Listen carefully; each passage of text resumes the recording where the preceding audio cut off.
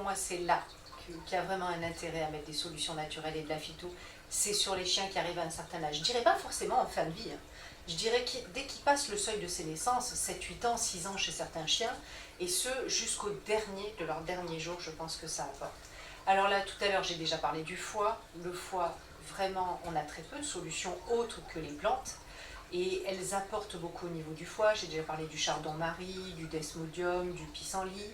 La gentiane, ça donne de l'appétit et ça agit positivement sur un petit organe important qui est le pancréas.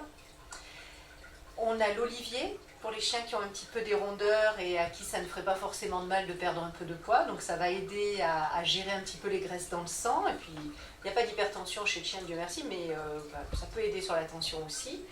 Là encore, je pense qu'on peut beaucoup aider au niveau du rein en aidant la possibilité d'uriner mieux. On a des plantes qui sont vraiment capables de faire uriner plus. Le pissenlit, comme son nom l'indique, ça augmente la diurèse. La piloselle aussi. Beaucoup de plantes sont légèrement diurétiques, donc ça ne fait pas de mal. Et puis il y a un autre aspect du vieillissement qui est intéressant, c'est le cerveau. Et en particulier les chiens qui commencent à perdre un petit peu de repères, à être moins bien dans leur tête. Je pense que là, les plantes, ça peut vraiment aider. On a là encore peu de solutions, et les solutions que nous avons en veto sont des plantes, ou tirées des plantes, des solutions naturelles qui ont été purifiées en fait. Mais par exemple, le ginkgo, ça donne de très bons résultats pour améliorer l'oxygénation du cerveau et puis récupérer au niveau cognitif, c'est-à-dire la capacité. Il y a un certain nombre d'apprentissages que les chiens perdent en vieillissant. Il y en a qui ne sont plus propres, il y en a qui ne savent plus répondre à certains ordres. Et bien souvent avec le ginkgo, on améliore considérablement ça.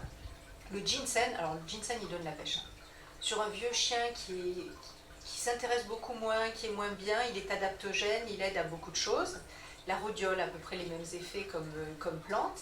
Et puis après, je dirais que pour l'accompagnement, il y a toute la partie cancérologie, évidemment, puisqu'on a beaucoup de tumeurs, on a beaucoup de dégénérescences, des pathologies de dégénérescence soit cancéreuse, soit de douleur, par exemple arthrosique.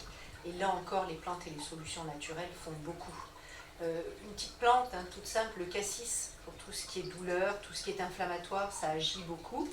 Et puis il y a plein d'autres solutions. Les oméga 3, on a déjà parlé des oméga 3, la spiruline qui elle aussi est antioxydante. Tout ce qui est solution naturelle, plantes, algues et puis compléments, souvent a des effets en douceur sur l'organisme. Donc c'est surtout chez les animaux âgés qu'elles ont toute leur force, tout leur intérêt.